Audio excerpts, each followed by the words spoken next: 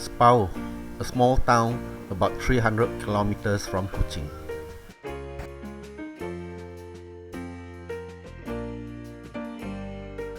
Located in Betong Division, it is famous as a pufferfish town until recently, when it attracted new attention when news broke out that an airport will be built there. Similar to many other Sarawak bazaars, the town was built in a squarish shape with shop houses built on three sides, with a town square in the middle. The same layout can be seen in other towns like Betong, Seratok, Semangang, Lundu, and several other towns. In the old days, this area was a stronghold of the Malay and Iban warriors, who resisted the White Raja's effort to expand his territory. Although Spaoh was founded before the Japanese occupation, the present shophouses that we see today were built in the 1940s after the Japanese occupation. In 2017, a fire burned a row of 8 shophouses that had since been rebuilt. A recent visit to this small town brought a few pleasant surprises to me. The first surprise was to find this beautiful waterfront that is now the center of attraction of the town.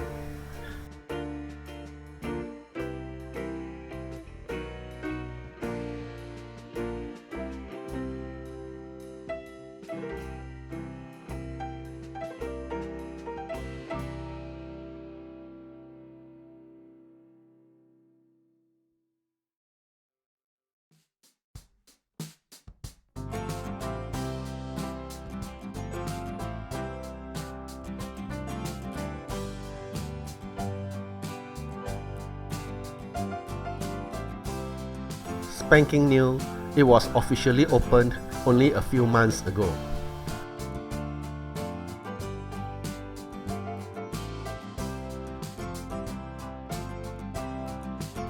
One strange feature of this waterfront is you don't get a scenic view of the Paku River that flows by.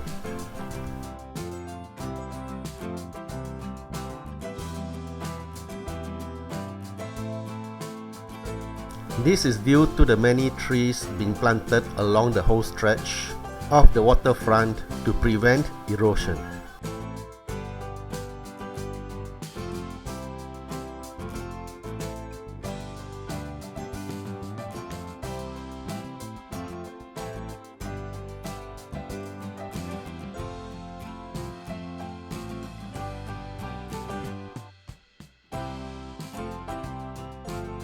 This pavilion at one end of the waterfront has dragons gracing its roof, no doubt due to the influence of the Chinese temple located next to it. As in the case of other towns in Sarawak, temples played a very important role in Chinese culture, where it was among the first buildings to be built whenever the Chinese settled in a new place. At the other end of the waterfront, a wharf can be seen. In the old days, it was a very busy place, but is seldom used now. Those days, agriculture produce from Spaoh was sent to Kuching via Pusar. However, as roads were built connecting the town to the outside world, river transportation eventually lost its importance.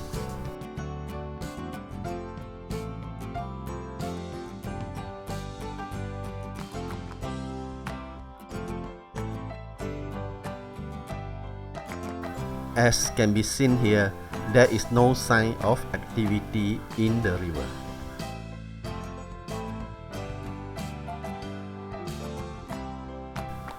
Another surprise of the town is seeing this building with the word Sarawak Rangers written on its side wall.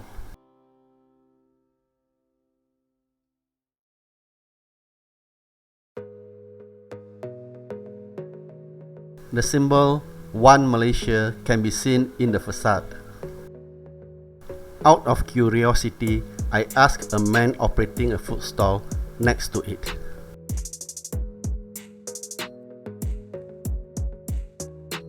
It turned out that he was the one who put the writing there when he was renting it. Kalau dari asal cerita ini punya asal kampungnya Spaoh ni, dia berasal dari buah pauh lah. Dia orang datang sini, orang perantauan. Dia orang punya kampung tidak tahu nama lagi. Apa nama kampung belum tidak tahu lah, sebab tidak tahu bau baru berhijrah kat sini lah. Lepas tu dia orang tengok buah pauh banyak.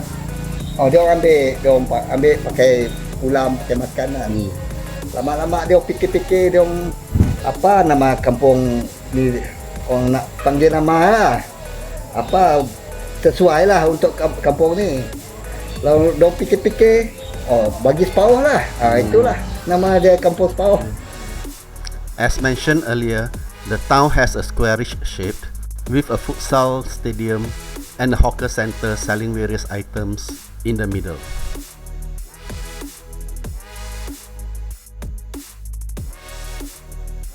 Surprisingly, the town is teeming with people in the evening.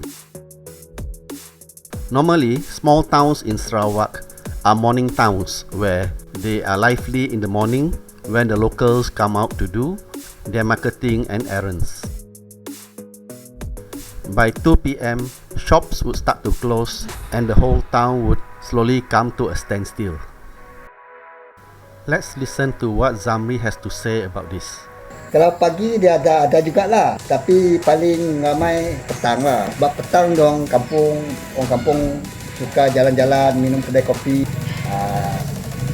Macam orang luar, macam rumah panjang, dia suka petang sebab dia mau cari petang-petang ikan dari kampung lainan, dari Kabung. Sebab sini tidak ada ikan, di sini tidak ada nelayan. Cuma nelayan macam tangkap udang, itu sajalah.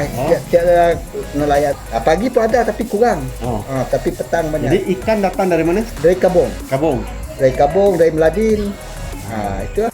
The fish market in the evening, just like what Zamri had said.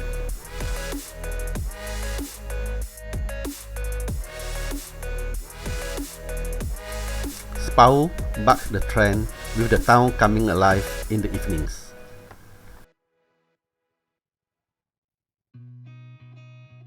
The Chinese primary school at the edge of the town.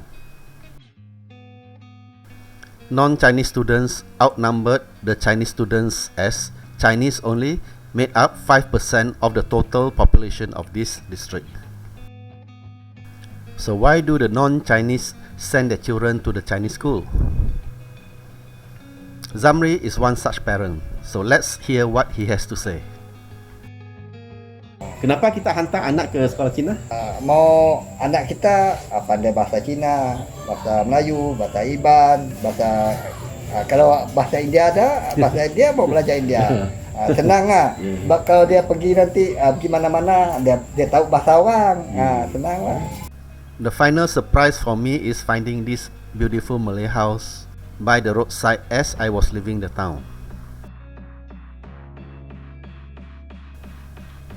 There are many beautiful houses in the Malay kampongs around here, and this is one of the most beautiful.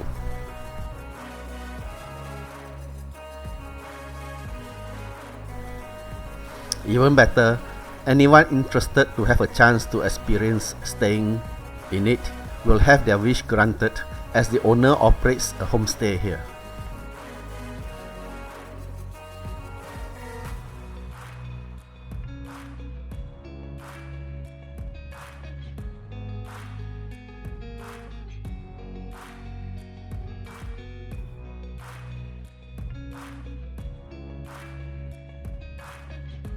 The rates are also very reasonable, and the owner, by the name of Ali Baba, and his wife are very gracious and easygoing hosts. I was given an impromptu tour by them and came away feeling even more impressed by the house.